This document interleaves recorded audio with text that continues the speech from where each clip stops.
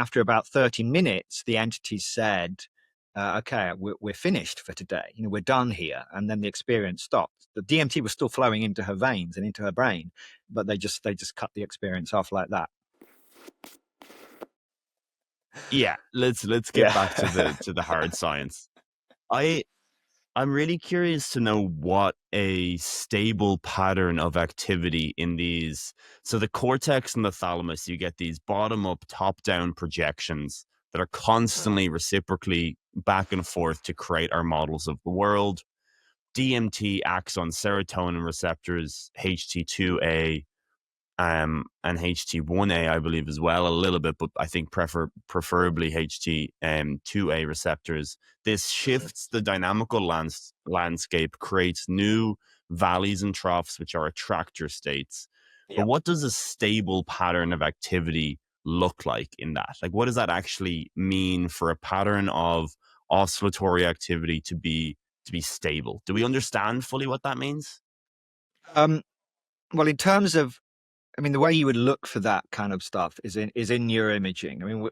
You can see if you put, you can see using EEG, kind of advanced EEG techniques now. So measuring the electrical activity of the brain, as well as a functional MRI. You can slightly slower temporal resolution. You can see the brain basically moving from state to state. You can see it switching, right, all the time when you're existing. Even when you're not really doing anything, you're just thinking. You can actually see the brain, the areas of the brain that are lit up and those that are quiet, kind of quietly shifting. It's very organized movement from state to state. You can't see the absolute fine detail of all the neurons changing, but you can see broad kind of coarse-grained changes in how the cortex is moving from state to state. And in the psychedelic state, and this was first done by Robin Carhart-Harris back in 2012 when he was at Imperial College London with psilocybin and then with LSD. And what they found is that you in the normal waking state before the drug was given, as I said, you can see the brain moving between a certain limited repertoire of states, as they described it. But in the psychedelic state, you see the brain shifting, becoming more dynamic and moving what Carhart-Harris calls like a high entropy state, like a hot state. So the brain it's like as the landscape flattens out, the brain is able to explore a wider range of states. So it increases the repertoire of accessible states because you're no longer trapped within that attractor basin. So you the whole world-based landscape becomes more accessible. So you kind of reach out of the consensus reality space and into novel areas of the world-based landscape, or just reach out a little bit, not too far with normal doses, and you can see that on the neuroimaging, on the functional MRI data. You can see the brain seems to move more randomly through a broader range, a wider repertoire of states. Now with DMT, you see a similar kind of thing, but there's still a lot of work that needs to be done with DMT, but there is some hint that Chris Timmermann talks about, and I'm not sure how much of this data is actually published, but you see a hint that what he calls an order within a sea of chaos. It's like a new order appears in the DMT state, particularly at high level, high doses. You see this new order emerge. Now that is what I described, or I kind of predicted, if you like, is when you get a restructuring of the world space landscape, and so you get a new attractor basin is formed, and the brain, once the brain kind of falls into that, then you should expect to see a fairly relatively ordered state compared to the more kind of highly entropic states, and that is indeed what you seem to see with DMT. You also see some very interesting behavior in terms of the flow of information. So one thing you can do is you can actually, using advanced EEG techniques, you can actually not just see the brain waves, these electromagnetic waves coming through the skull, but you can also see how they move across the brain. And sensory information tends to move from the back, or visual sensory information moves from the back of the brain, the primary visual cortex, forward. You get these forward flowing waves that go from the lowest end of what's called the cortical hierarchy up through the cortex. And then you actually have waves going back in the opposite direction. These are actually predictions, but that's a different thing. But anyway, you get these two waves flowing in both directions. Now, when someone has their eyes open before they take DMT, you can see waves going in both directions, forward and backwards. If they close their eyes, the forward flowing waves stop because there's no sensory information coming through the eyes. So you get a massive reduction in these forward flowing waves. This makes perfect sense, of course. When you give someone DMT, these waves start up again. And it's like they're receiving sensory information that's coming, in the normal way. It's like they're seeing with their eyes shut. And that's a kind of an interesting kind of result, in my opinion, because it suggests that the brain is, in fact, it looks like the brain is processing visual sensory information, just as it does in the normal open eye state without the drug. In fact, the structure of this neuroimaging data is identical. It's to what you see with someone who hasn't taken DMT with their eyes open. So yeah, I think that's, they would say that this is, just spontaneously emergent noise coming from the back of the brain there. But again, these worlds, they're not just kind of random noise. I mean, these are highly structured, highly coherent, alternate alien worlds. Yes. I was lucky enough to speak to Robin just a couple of weeks ago. We had a great conversation. I thought it was so fun. But I asked him, and we spent a good bit of time on, like, what's up here? Why are people seeing the same things and experiencing the same things on psychedelics if it is just random increases in noise and brain activity? And he sort of gave this deeply Jungian-archetype example of, there's these culturally deeply ingrained psychological archetypes and stories that are, sort of millions of years just reproduced and ingrained in our brains in ways that we maybe don't fully understand. Like the example he gave was like the great mother, these archetypal figures. I wasn't completely sold by that. I don't know. Me either. I understand where he's coming from, and I think it might be part of the equation. Like everything is multifactorial, right? There's no doubt there's some level of cultural ingrained nature to this, I think. But where do you think that explanation falls down, and why do you think your sort of alternate reality, stable world, it's not just a hallucination, it is actually an important configuration in the brain? Why do you think that's more likely? Well, I mean, first of all, it's important to think about what are Jungian archetypes, and again, they're often misrepresented. Jungian archetypes, really, in terms of kind of the modern understanding of what they are inherited patterns of neural connectivity and it's kind of like the inherited. In animals, we will call them instincts, right? What kind of behaviors that an animal is born with doesn't need to learn, right? So a newly hatched turtle will scuttle towards the ocean. Doesn't need to be taught to do that. Doesn't need its mother to show it. It will just do it. It's inherited. It's such an important thing for it to do. It's inherited that. And in the same way, we inherit certain ways of responding to other beings within our environment. So we inherit certain emotional and behavioral responses to our mother, right?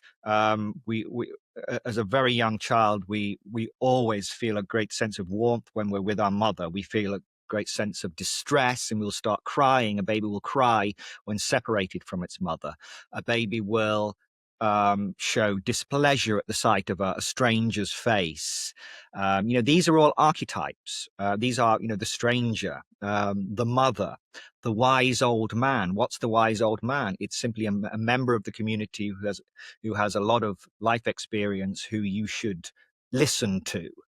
you should look up to in some way. You should learn from, right? So we have all of these instinctive ways of interacting with other humans, if you like. These are the archetypes that we don't need to learn. That they're like instinctive in the same way that the turtle instinctively goes toward the ocean. We instinctively go towards our mother. We instinctively shy away from strangers. We instinctively will be wary around snakes, from around the first, after around the first year, a child will show great interest, and trepidation in the presence of a snake or a spider.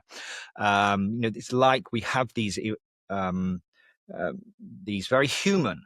These are very human things, archetypes, very inherited human emotional responses that were very important in our evolutionary history and still are. We're using archetypes all the time. Whenever you interact with someone, you are trying to kind of put an archetypal, broad brushstroke. What kind of individual is this? Is this someone I should get close to and listen to, or is this someone who I should be a little bit more careful and tight-lipped in their presence? Is this more like a trickstery kind of guy, or is this someone actually who I could learn a lot from? And your brain is always doing this, and it uses these inherited models, if you like, to try and do that. But the idea that these somehow are the source of highly complex alien imagery that has no relationship to humans, either at now or at any time in our evolutionary history. Archetypes are very, very crude, very crude, kind of quick and dirty ways of responding to certain things. They're very fast and stereotype behaviors, but they're not images. Archetypes can generate images. If you activate your mother archetype in the dream state, you will probably start dreaming of your mother and the emotional reaction to that. But the archetypes, they're not images that are stored in this. People think the archetypes are these images that are stored away, packed away in this place called the collective unconscious. No, the collective unconscious is simply these inherited neural patterns that we all have, these instinctive responses to other humans, basically in the environment. That then become associated with certain types of humans, tricksters and wise old man, mother, etc., etc. But they're certainly not, alien beings operating in hyper-technological cityscapes. All of that stuff is in many ways quintessentially non-human. Archetypes are quintessentially human structures that we inherited, whereas these alien worlds bear no relationship to anything human, either now or at any time in our evolutionary history. So the idea that they can explain all of that, I think, is quite a reach.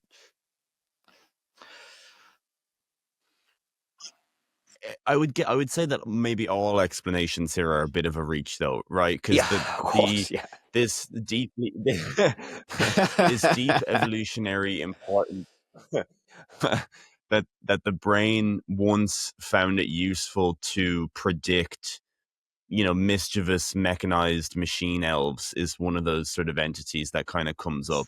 Like, why on earth was that useful for the brain to predict that? I know you don't have the answer, but have you thought that through at all? Like, why is this alternate reality? Like, why on earth was that?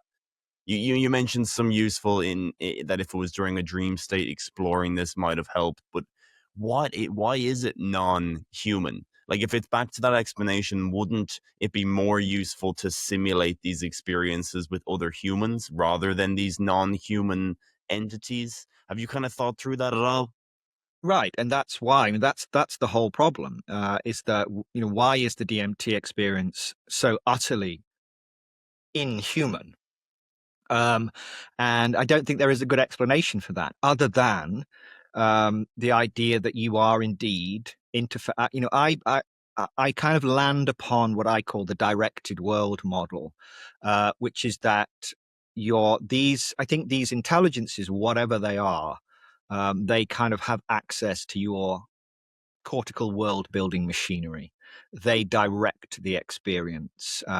They direct access. They can control access to the experience, and they control the structure and the dynamics of the experience itself. So what you see, in a sense, is what those intelligences, what want you to see. I don't think that they are actual elf-like beings. I don't think there are insectoid beings that actually occupy the earthly form of an insect. But I don't even think that these intelligences necessarily can be faithfully represented in any kind of visual form. I think you're dealing with something that is so far beyond the human that we have no words for it. We have no conception of what it might be. But when you take DMT, what's happening is you're basically giving the brain into this very fluid and dynamic state, and it's like you're giving access. You're putting your brain in a very susceptible state where you're giving these intelligences access to your brain, which is kind of like a stage. And the performance is the information that they direct, and then they direct the experience. And that would explain also why they seem to be able to control access to the DMT state itself. So people who get kicked out of the DMT space, this called lockout, where people will use DMT fairly regularly, and then one day they'll get punched in the face by a jester, and knocked back into the normal waking world. I mean, this is kind of happens quite regularly, and they can't go back, and they're kind of banned from the DMT space often for months or years at a time. And this doesn't make any sense pharmacologically, why that's the case. If there's just this random noise, why would an experience 6 months ago suddenly still have this complete lockout effect? And people will find that there's they take the DMT and they'll get this huge X in front, and it goes and a horrible kind of noise, like Family Fortunes, when we used to watch that, our survey says and a huge red X, or they'll get behind just like a black curtain, and then they'll see a little figure and kind of pull the curtain and stick their finger up. Wild stuff.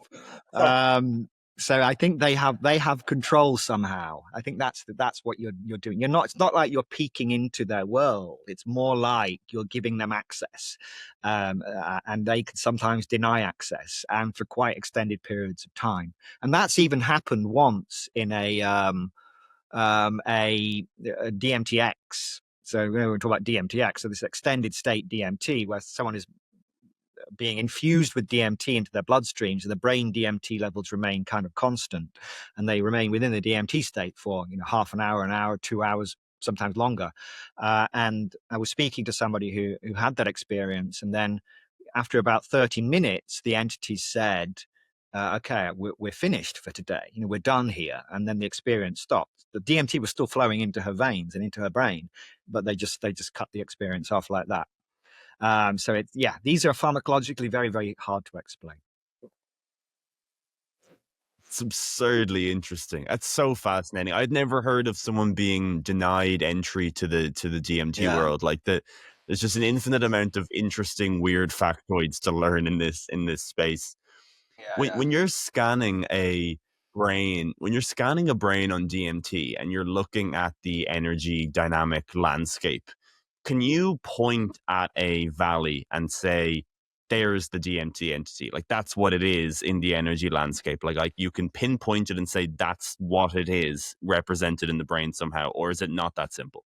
No, not that simple. I mean, I certainly, these kind of energetic landscape stuff are done by very, very talented mathematician types who can find, who kind of derive the kind of the topology, if you like, or the energetic gradients of the brain, basically. But no, you're not really seeing a picture of the entire state space of the brain and seeing where the valleys are. It's not.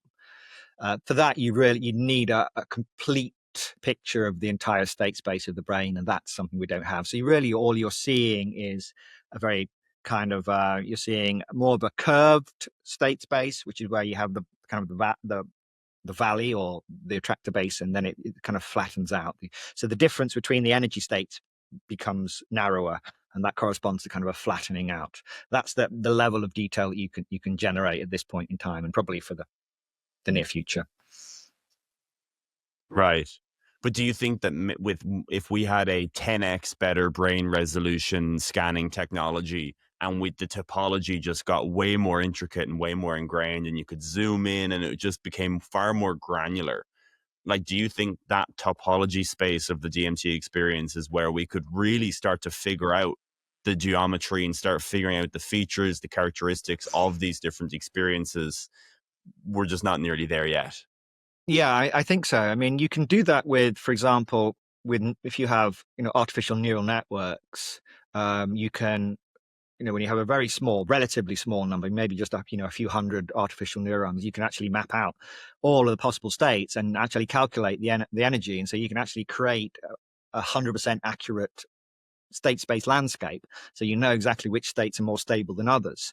To do that with the human brain, however, you're talking about millions and millions of neurons with trillions, perhaps, of connections, and so the technology isn't there, and probably the computing power as well isn't there to achieve that level of detail. But perhaps it will be achieved in the future. Yes. Do you think also the speed that the world model reality generation shifts is also a point in your column or signal that there's something pre-configured there? Because this can happen within seconds, right? That people are just utterly transformed in terms of their world and their reality. And if psychedelics were just kind of increasing noise and changing how patterns of activity worked, you wouldn't just kind of snap into this completely altered universe within literally seconds, right? It almost seems like a state shift rather than like a sort of a random meandering through a valley and like landing in something spontaneous. What do you think we can learn about the architecture by the speed of change of the models? Yeah, I mean, I think what you said is absolutely correct. You're looking, it appears to be a fundamental restructuring of the cortical world space landscape. It's not just random. I don't think it's simply a flattening, because a simple flattening you would get more like a wandering effect, as you said. If you've got a flat landscape, then you're not particularly attracted to any particular area. You can kind of wander much more randomly. But with DMT, it's as if you do have this. It's almost like it snaps into this alternate configuration. Just like the ant society can snap into an entirely different dynamical behavior. It's like the cortex has snapped into an entirely different world model constructing state. Dynamical regime is entirely different. But we don't understand enough yet about the structure. I mean, there are some really talented people kind of working on that. What is the kind of the geometric and topological structure of the DMT space, and how does that relate to the geometric and topological structure of the normal waking world? We live in this relatively low dimensional, simple in many ways, 3+1 dimensional world, and with DMT, it seems like you're entering a world that has more than 3 dimensions. People describe the DMT world as not just being strange or weird, but as being literally impossible. It's a world that cannot exist, and a world that could not exist in this normal waking reality. It's like the brain has transcended the geometric, dimensional, topological constraints of the normal waking world.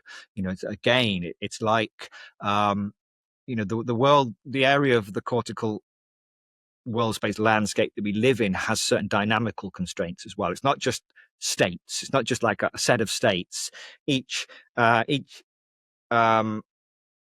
within each area of the landscape, you also have certain dynamical constraints. So how does the cortex move through these different states within this particular region of the world-based landscape? And this is also controlled. These are evolutionarily sculpted and developmentally sculpted dynamical patterns, dynamical regimes that determines the kind of world that you experience, and even down to the kind of dimensionality and the geometry, the topology of the world you experience is also determined by these dynamical constraints. So it's states plus dynamics. You need kind of the two things together. And when you move outside of the consensus reality space, there's no reason why those dynamical constraints would still apply. And so it's not simply that you're moving into a different type of world, different kind of state, but that the dynamical constraints that are imposed upon those states are entirely different, which means that your brain can start to construct worlds that are not just completely different, but are completely an entirely different dynamical regime where it starts constructing worlds that don't even have the same dimensionality or topological or geometric structure as the normal waking world. So there's a lot going on that we don't understand, and I think there's a lot of work to do. The Giant Shoulder mission is to explore radical ideas in biology, neuroscience, and consciousness, and elevate those stories to the highest possible level while keeping them accessible to everyone. If this interests you and you want to support independent science, then please consider subscribing to the Clips channel